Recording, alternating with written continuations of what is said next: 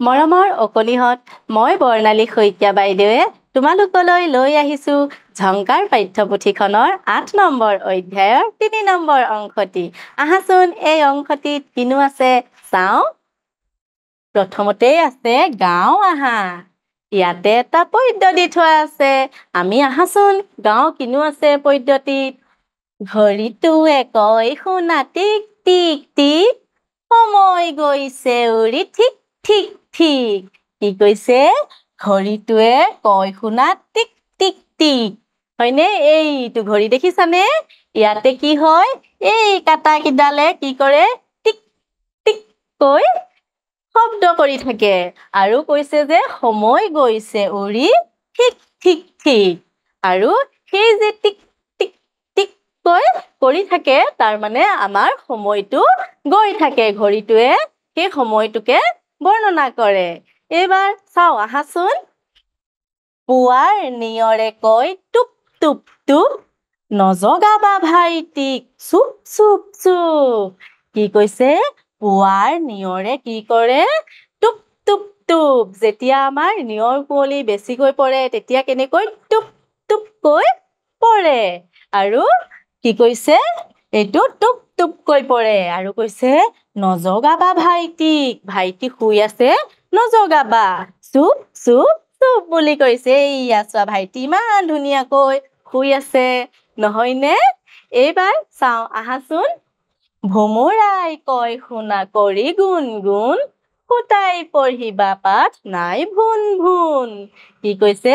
ভোমোৰাই কয় শুনা কৰি গুণ গুণ। ভোমোৰাই কেনেকৈ কয়? গুণ গুণ।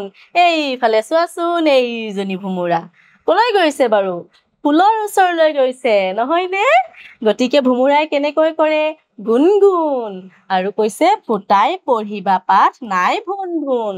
সদায় তোমালোকে যেতিয়া যিকোনো পাঠ পঢ়িবা তেতিয়া ফুটাই পঢ়িবা, মানে স্পষ্টকৈ পঢ়িবা, ভুন ভুনকৈ মনৰ ভিতৰতে পঢ়ি নাথাকিবা। এইবাৰ চাওঁ আহাচোন। শুনো আহা। ইয়াতে এটা দফা দি থোৱা আছে। এই দফাটোত কিনো আছে চাওঁচোন আহা। প্ৰথমতেই চোৱাচোন, এইফালে এটা আখৰ লিখি থোৱা আছে। কি কি আখৰ নিচিনা লাগিছে বাৰু? প্ৰথম চ আৰু দ্বিতীয় চ, দুইটা যেন লগ লাগি আছে নহয়নে? এতিয়া আমি এইটোনো কি হয় এই দফাটোৰ পৰা জানিম, বা দফাটোৰ পিছত আমি ভালদৰে শিকিম যেতিয়া আমি দফাটো পঢ়িম। প্ৰথমতে চাওঁ, পঢ়ি চাওঁ আহাচোন। তোমালোকেও চাই যোৱা। কাকো তুচ্ছ বুলি ভাবি নলবা, কাকো তাচ্ছিল্য নকৰিব নালাগে, সদায় পৰিষ্কাৰ পৰিচ্ছন্ন হৈ থাকিব লাগে। ইচ্ছা কৰিলে সকলো কাম কৰিব পাৰি। পাইছোনে আমি? এনেকুৱা ধৰণৰ আখৰ ইয়াত পাইছো নহয়নে? ক'ত ক'ত পাইছো বাৰু? এইটো নহয় জানো? শব্দটো কি আছে? তুচ্ছ। আৰু ক'ত আছে বাৰু? এইটো তাচ্ছিল্য শব্দটোত আছে। আৰু ক'ত আছে? পৰিচ্ছন্ন শব্দটোত আছে নহয়নে? আৰু ইচ্ছা শব্দটোত আছে।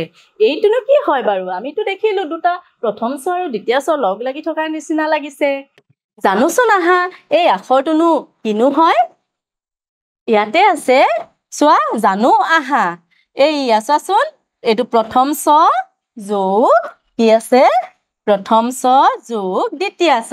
আমি যে যুক্তাক্ষৰ পাই আহিছিলো, এইটো এটা যুক্তাক্ষৰ। ইয়াত কি হৈছে? প্ৰথম চ আৰু দ্বিতীয় চ লগ লাগি ছয়ে ছয়ে কি হৈছে? চ। ছয়ে ছয়ে কি হৈছে? চ। ইয়াত কিছুমান শব্দ দি থোৱা আছে আমাৰ যুক্তাক্ষৰটো থকা। আহাচোন পঢ়ি চাওঁ কিনো হয়। তুচ্ছ। তাৰ পাছত চাওঁ আহাচোন।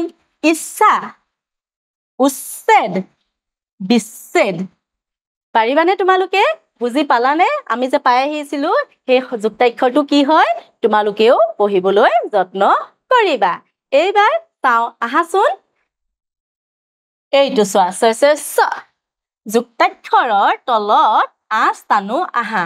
ইয়াতে কিছুমান শব্দ দি থোৱা আছে আৰু এই যে ছয় ছয় চ এই যুক্তাক্ষৰটো আছে এই শব্দ কেইটাত আমি সেই যুক্তাক্ষৰটো বিচাৰি উলিয়াই আস্তানো আহা প্ৰথমতে আমি পঢ়ি চাওঁ আহাচোন শব্দ কেইটানো কি পৰিচ্ছন্ন অবিচ্ছেদ্য আচ্ছাদন নিৰৱচ্ছিন্ন সদিচ্ছা এতিয়া আমি আস্তানি দিওঁ আহা তলত ক'ত ক'তনো আছে পৰিচ্ছন্নত এইটো নহয়নে এবাৰ অবিচ্ছেদ্যত ক'ত আছে বাৰু এইটো নহয় জানো এবাৰ চাওঁ আহা আচ্ছাদনত ক'ত আছে এইটো চিনি পাইছানে তোমালোকে আৰু ইয়াত আছে এইটো নহয় জানো এবাৰ চাওঁ আহা সদিচ্ছা শব্দটোত ক'ত আছে এইটো তোমালোকে এতিয়া বুজি পালা ন আহাচোন আগলৈ কিনো আছে চাওঁ তলত দিয়া শুভেচ্ছা পত্ৰখনত তোমাৰ বন্ধু বা বান্ধৱীলৈ জন্মদিনৰ শুভেচ্ছা জনাই এটি বাৰ্তা লিখা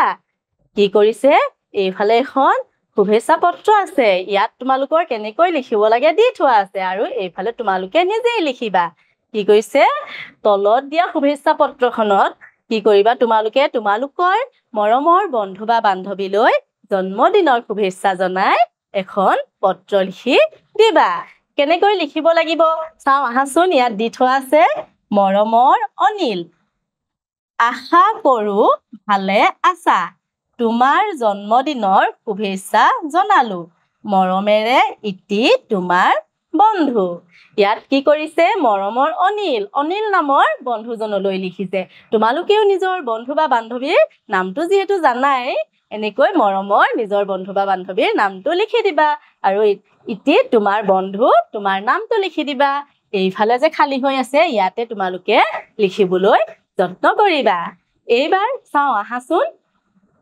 উলট পালটকৈ থকা আখৰবোৰ মিলাই অৰ্থপূৰ্ণ শব্দ লিখা ইয়াতে দেখিছানে কিছুমান উলট পালটকৈ শব্দ দি থোৱা আছে আৰু সেই শব্দসমূহ কি কৰিব লাগিব আমি সজাই লিখিব লাগিব যাতে এটা অৰ্থপূৰ্ণ শব্দ হয় প্ৰথমতে লিখি থোৱা আছে চোৱাচোন ইয়াত ছয়স্য তাত আকাৰ আছিলে হস্ৰই আছিলে নহয়নে এইটো আমাৰ সজাই দিয়াৰ লগে লগে কি হৈ গ'ল ইচ্ছা নহয়নে এইবাৰ চাওঁ আহাচোন কি আছে দ চে বি আমি সজাই লিখোচোন আহা কি হ'ব বি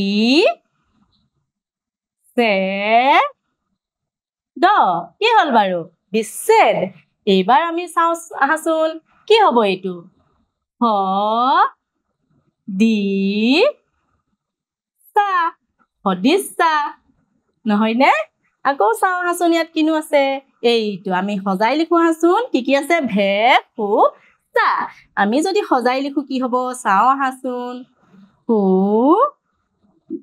ভে চা শুভেচ্ছা আৰু এইটো কি আছে চে উ দ আমি সজাই লিখো আহা উ চে দ উচ্ছেদ পাৰিবানে তোমালোকে নিশ্চয় পাৰিবা নহয়নে এইবাৰ কি আছে চাওঁ আহাচোন ভুমুৰাই কেনেদৰে মাতে কোৱাচোন ভুমুৰাই কেনেদৰে মাতে আমি পদ্ধতিত পাইছিলো নহয় ভুমুৰাই ভুন ভুনকৈ মাতে নহয়নে এইবাৰ কোৱাচোন তোমালোকে তলৰ শব্দটো শুদ্ধকৈ লিখা অলপ আগতে আমি লিখি আহিছিলো এনেকুৱা ধৰণৰ শব্দ নহয়নে এইটো কি হ'ব বাৰু কি আছে ভে সু চা গতিকে এইটো যদি আমি শুদ্ধকৈ লিখো কি হ'ব সু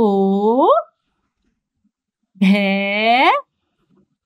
চা শুভেচ্ছা নহয় জানো মৰমৰ অকণিহঁত এই অংশটি ইমানতে সামৰিছো আগন্তুক দিনত এটি নতুন অংশলৈ পুনৰ আহিম ধন্যবাদ